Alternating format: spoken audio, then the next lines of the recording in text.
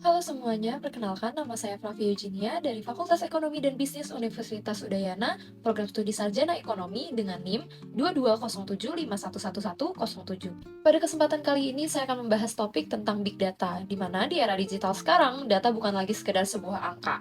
Data sudah menjadi sebuah emas baru yang menggerakkan bisnis, pemerintah, hingga ekonomi dunia. Dan di balik semua itu, ada satu teknologi yang disebut dengan Big Data ini. Big Data adalah istilah untuk menggambarkan kumpulan data yang jumlahnya sangat besar, sangat beragam, dan juga sangat cepat bergerak. Sampai-sampai data ini tidak bisa lagi diolah oleh sistem yang biasa. Big Data ini memiliki 4 ciri utama. Yang pertama ada volume, di mana datanya sangat besar, misalnya jutaan transaksi e-commerce setiap harinya. Lalu yang kedua ada velocity, di mana datanya ini mengalir sangat cepat seperti update media sosial setiap detik. Lalu selanjutnya ada variety, di mana bentuk datanya itu beragam, seperti teks, foto, video, sensor, GPS, hingga suara. Lalu ada veracity, di mana kualitas datanya itu harus dapat dipercaya, tidak boleh palsu atau menyesatkan.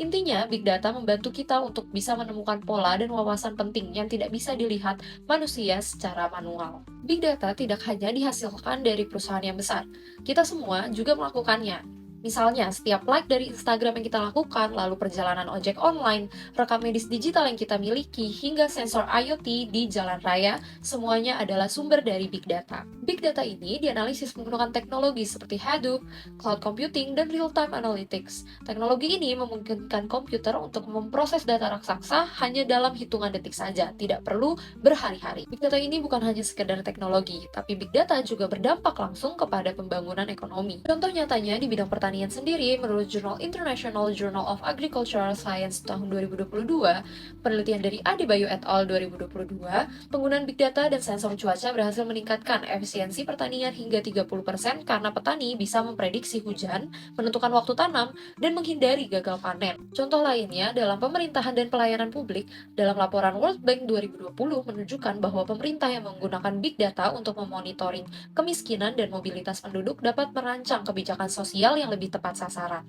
Contohnya, analisis data listrik dan konsumsi rumah tangga membantu menentukan daerah prioritas dari bantuan.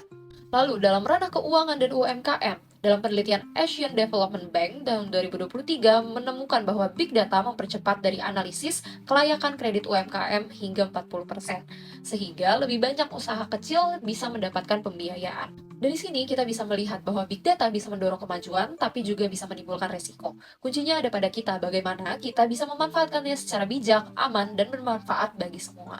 Sekian yang dapat saya sampaikan dari video ini, kurang lebihnya mohon maaf, saya ucapkan terima kasih.